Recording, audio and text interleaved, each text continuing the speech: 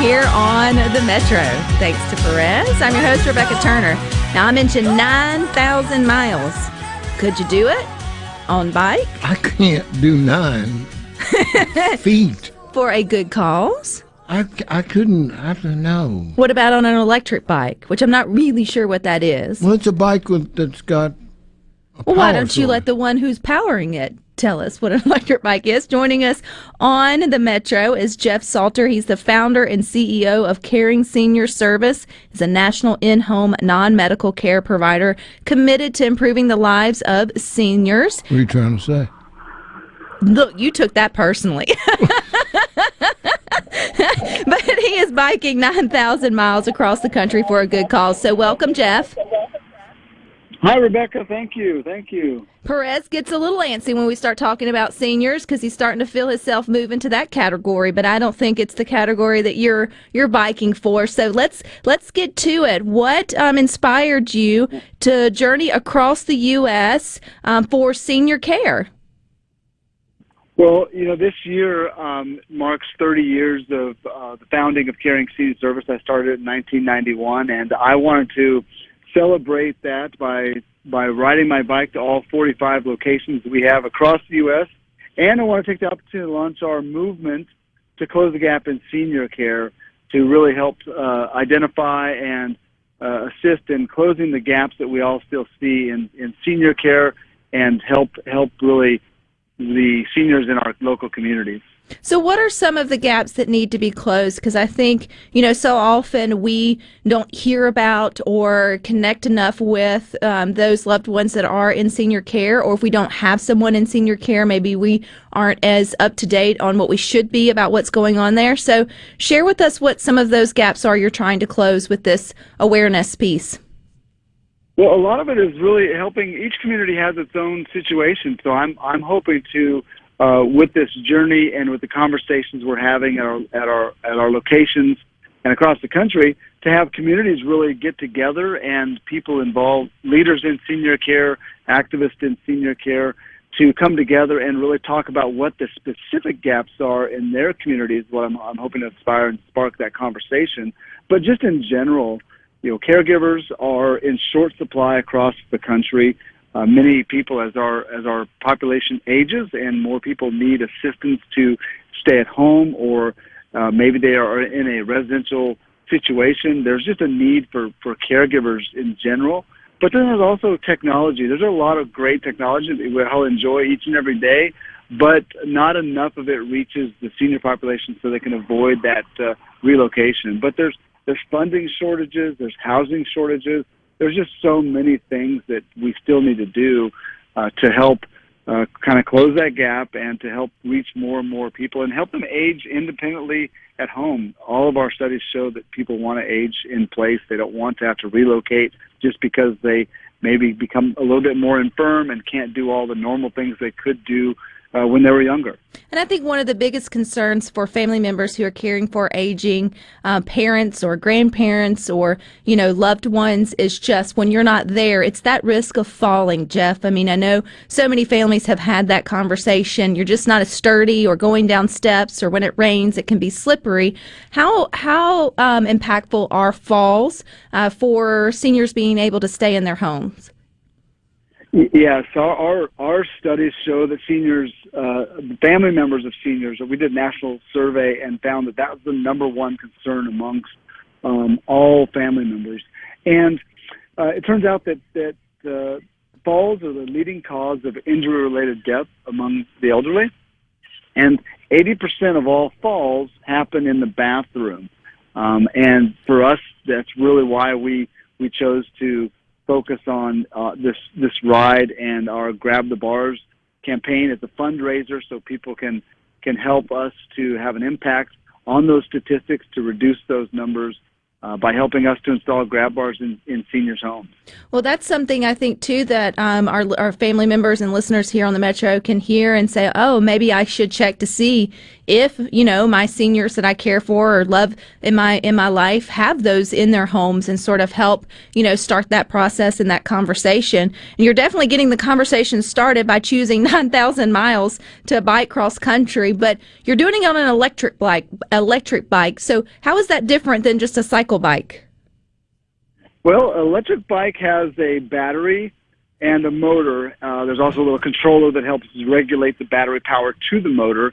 And it's a pedal assist bike, so it means as I pedal, some energy comes from the battery and goes to the motor to help me go a little faster. What it really helps on is going up hills. If you ever cycle, everyone loves cycling. It's easy to cycle on a flat surface, but the second you get to any kind of hill, it really starts getting tough, and you start sweating, and you may not make it to the top as quickly as you want to. The electric bike really helps on those hills, helps me go farther, helps me go faster along the way, and really, it's a symbol for me. It's a symbol of assistance, and actually it symbolizes that with a little bit of help, we can all do things that we never thought we could do. And in life, that could be anything and everything. We've spent the last 30 years helping seniors remain at home and independent, and just with a caregiver coming in, helping them with cooking, cleaning, personal care duties.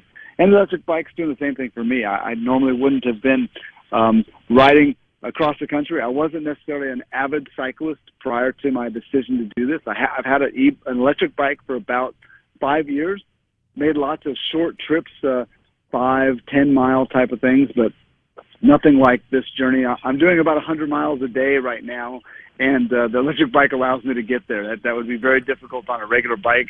It'd take you all day, and you'd be just dead tired.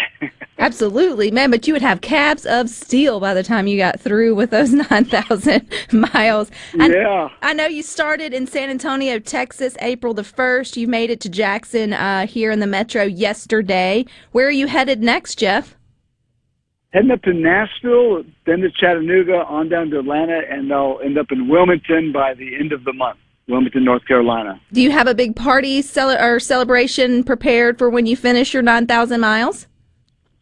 Yeah, back in San Antonio, I'm obviously not able to do much of the planning. The team at my national headquarters is working on that. We hope to make it a big deal, and we still got an over-under as far as if I'm going to complete it or not. Not everyone is sure that I can make it, and it's perfectly acceptable. I love the challenge. I love that people are debating it and saying, "Gosh, is this guy going to be able to make this crazy journey and complete it?" Because it's a long way, and not many people have tried to go that kind of a distance. So it is something that is a challenge. Well, it's a challenge, and you just take it one leg at a time. And I would assume you probably had the same kind of, uphill battles 30 years ago when you started carrying senior service. So, Jeff, what inspired you to even get into the senior care business over 3 decades ago? Well, it's really interesting. My journey started with recognizing a gap. In 1991, there were not companies that provided a caregiver to go to a senior's home for hours on end to be with that senior and help them to be independent. So I recognized that was a need, and I felt that I could really have an impact on people's lives. And so I decided to be the one that would start a business coordinating caregivers with clients.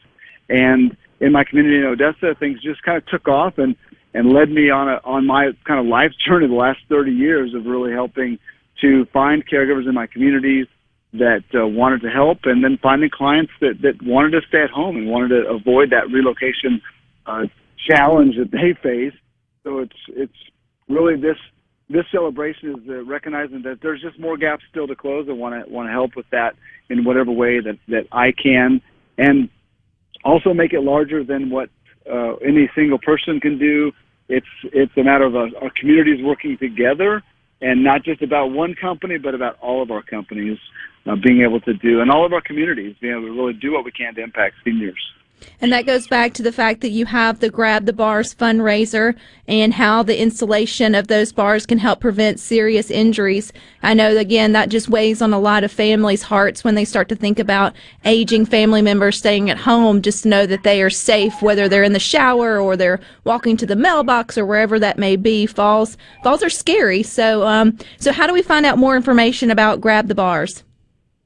Yeah, the easiest thing for people to do to both donate and to follow me on my journey is go to grabthebars.com, and that website has a donation opportunity for people that want to get involved and help us with our goal. And also they can follow me on my journey. Every day I'm live logging my rides so people can see how fast I'm going, how far I've gone, general direction that we're heading. The whole map is on the website, so it's something that people can hopefully do to entertain themselves for a little while and see exactly what challenges we're facing and where we're going and things like that. How do you entertain yourself for 100 miles every day? Are you listening to, music or a podcast or books on tape? I mean, 100 miles, man, I'd get bored just staring at the road. Surprisingly, it's a combination of both.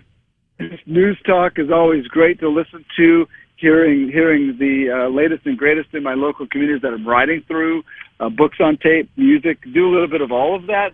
But then there's miles where it's just, life is different at 15 to 20 miles an hour on a bike. I encourage everyone to get an electric bike. I'm riding a Sondor's electric bike, which is really one of the leading companies to have these bikes. And it allows you to get out, go further than you could before.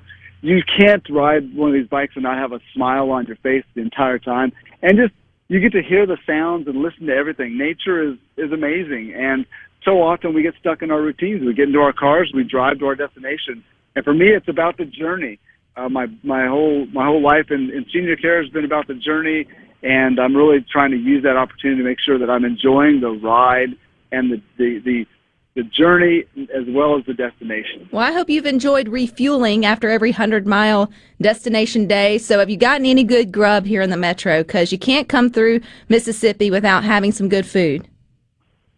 Yeah, last night we got in kind of late, so I haven't had a chance to get something. I'm looking for recommendations. If anybody is on our Facebook page and wants to give me some recommendations, if it's on my route or short distance off my route, I'm happy to go to find something because I'm looking forward to the eating opportunities. I do have to fuel up after we burn 3,000-4,000 extra calories a day with the ride, so I've got to do a lot of eating. So it's one of the most surprising parts of the trip. I didn't realize how hungry I would be each and every day.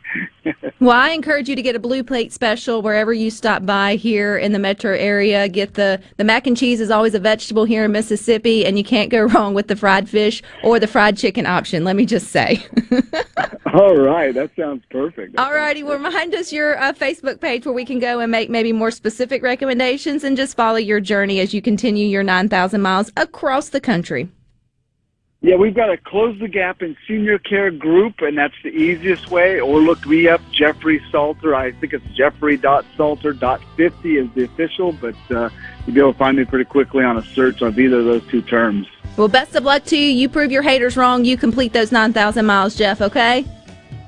Thank you, ma'am. I will do it. I have every intention of completing it, and looking forward to that return, hopefully on August 1st, 4 months in full-length journey. So I'm looking forward to it. Appreciate your having me on today. All righty. Well, you keep at it and you keep with us. We've got more for you coming up next here on the Metro.